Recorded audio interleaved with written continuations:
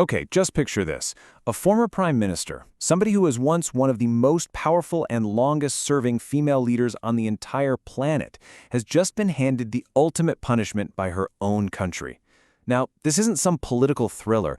It's the unbelievable reality for Sheikh Hasina of Bangladesh.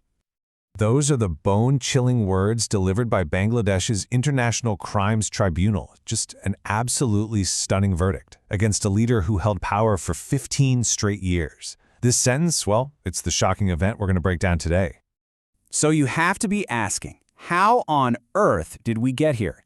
Let's dig in and unravel the charges, the revolution that kicked her out, and the deep, deep political rivalries that led to this truly extraordinary moment. Right, let's start with the judgment itself. On November 17th, the International Crimes Tribunal dropped a nearly 450-page document that, for now at least, has sealed Sheikh Hasina's fate. The whole case really boils down to this. The tribunal found Hasina and two of her top officials guilty of using excessive and deadly force against student protesters. I mean, they had a choice. Instead of trying to calm things down, they chose violence, and in doing so, unleashed what many are calling the bloodiest chapter in Bangladesh's history since its independence. 1,400. Just let that number sink in.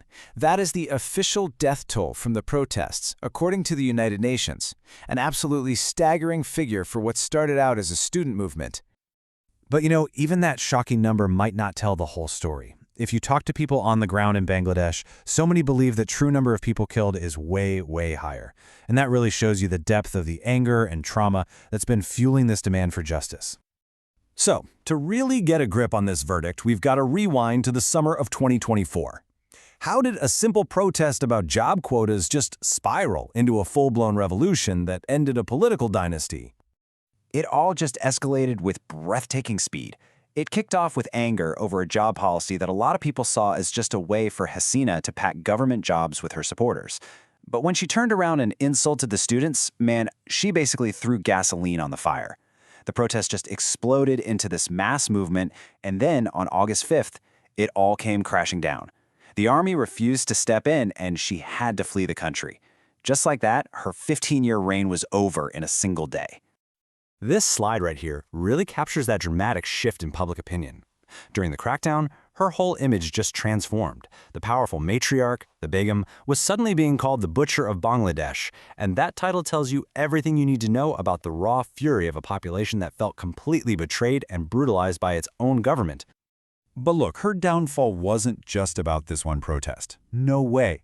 This was more like the explosive final act of a drama that she'd been writing for over a decade. A time she spent systematically taking apart every single democratic check and balance in the nation.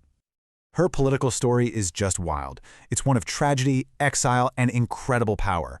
Her father, the founder of the nation, was assassinated, along with most of her family back in '75.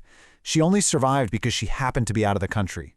After years in exile, she came back to politics, and eventually won power in 1996.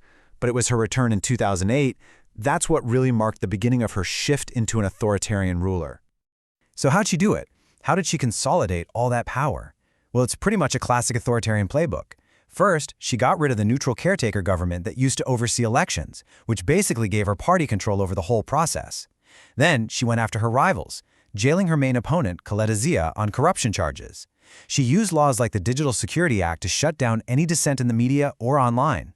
And then she settled old scores, executing military officers involved in her father's assassination and setting up a tribunal to systematically go after her political opposition. But here's the thing. Hasina's actions, as aggressive as they didn't just happen in a vacuum. Nope. They were part of this deeply entrenched, bitter cycle of political revenge that has really defined Bangladesh for decades. And right at the heart of this cycle is what's known as the Battle of the Begums. And this isn't just your normal political context. It is a deeply personal and destructive feud between two incredibly powerful women, Sheikh Hasina and Khaleda. For years, the country's politics has been this total zero-sum game, where if one wins, the other gets persecuted. Power just swings violently back and forth between them. So this is the really crucial point, this incredible irony.